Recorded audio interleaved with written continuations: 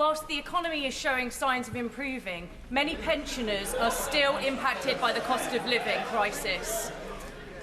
People in Luton who have worked hard all their lives seeing their precious savings slip away. So can the Prime Minister tell us what measures he will take to help struggling pensioners in towns like mine? Prime Minister. Well, Mr. Speaker, we all know the economy was left in an absolute mess by the Tories. We had to stabilise the economy with tough decisions, but the right decisions. Because of those decisions, the economy is beginning to improve. Those growth figures last year, the highest growth in the G7, interest rate cuts, 4 in a row, 3 trade deals. But I recognise that people are still feeling the pressure of the cost of living crisis, including pensioners. And as the economy improves, we want to make sure people feel those improvements in their days as their lives go forward. And that is why we want to ensure that as we go forward, more pensioners are eligible for winter fuel payments. As you would expect, Mr. Speaker, we will only make decisions we can afford. That is why we will look at that as part of a fiscal event. Thank you, Mr. Speaker. The Prime Minister will know that thriving high streets are essential to local growth. But in cities like mine, people are increasingly concerned by the uncontrolled growth of betting shops and vape stores. Research shows this concern is not isolated. Nearly half of betting shops and gambling stores are in the 20% of places which are struggling the most, like Peterborough. So can I ask the Prime Minister, will he ask his departments to meet with me and campaigners so we can discuss ways that local communities like mine can take back control of our high streets?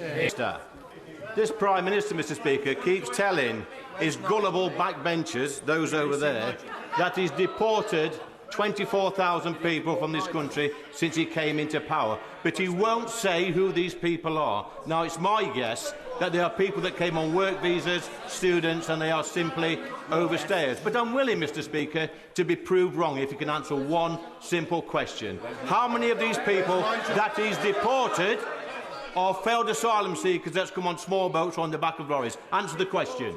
Prime Minister. Mr. Speaker, I'm very proud that we've removed over 24,000 people. That's the highest record for nearly 10 years. We're taking other measures to get back control of our borders, including the Borders Bill, which gives our law enforcement enhanced powers, including terrorism-like powers. What did his party do? What did he do? He voted against them. And I'll tell you why he voted against them. Because they don't want to fix this problem. Because it benefits them. It benefits them not to fix it.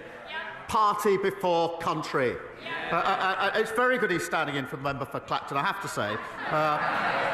There was no sign of him yesterday at the EU. So he was the first through the E-gates somewhere to south of France.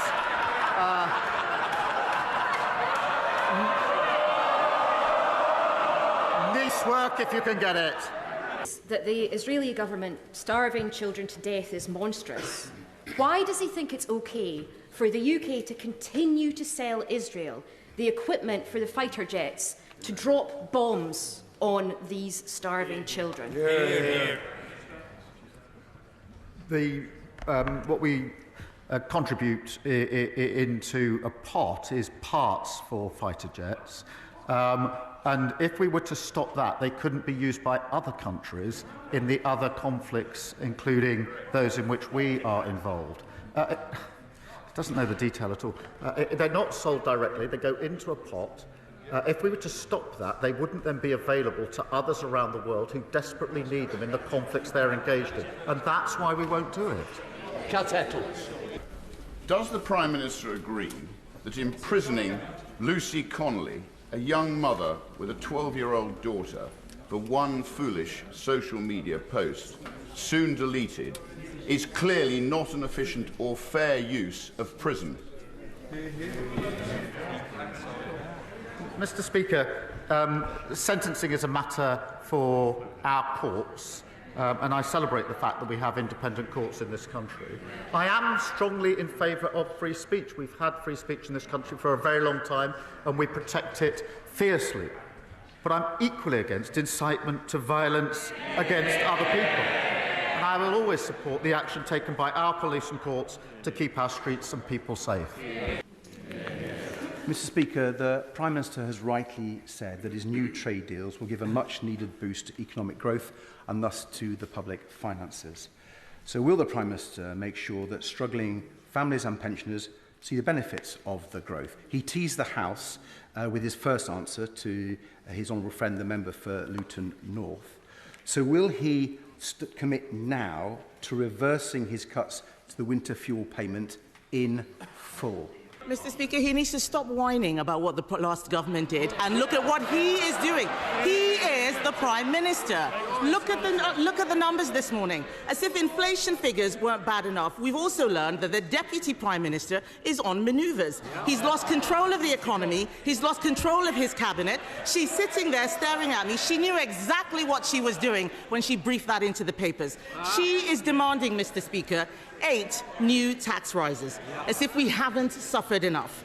People out there are struggling. Businesses are struggling. People are losing their jobs. We cannot have more tax rises. Will the Prime Minister rule out new tax rises this year? So we heard his earlier answer, Mr. Speaker. We heard his earlier answer on winter fuel. Let's try and get some more information. I'm going to ask him a simple question. It only requires one word, yes or no. Is he planning to U-turn on winter fuel cuts? Yeah. Yes. Prime Minister. Mr. Speaker, I made clear in my earlier answer that as the economy improves, we want to take measures that will impact on people's lives, and therefore we will look at the threshold, but that will have to be part of a fiscal event. But, Mr. Speaker, they lost control of every element of the economy, of prisons, the borders, the NHS, you name it. And now she's lost control of her party. They are sliding into oblivion. They will have to trade on their past, Mr. Speaker, because that's all they've got. Speaker, I made it really easy for the Prime Minister. Just a simple question, yes or no. And he could not answer. I wonder how the public feel about a man who can't give a straight answer to a simple question. And you look at all of them behind him, all of them cheering, when this inevitable U-turn on winter fuel comes, and it will, from a desperate Prime Minister, what will he say to the 348 MPs who went over the top and voted for the winter fuel cut last September? Just like the British public, how can any of them ever trust him again? Mr. Speaker, it's only because of the measures we've taken that the economy is improving. Growth at the highest rate since in the G7. 4 interest rate cuts, 3 trade deals because countries want to trade with this country because of the decisions that we've made. All of those decisions opposed by the party opposite. They've learned absolutely nothing and they're going absolutely nowhere.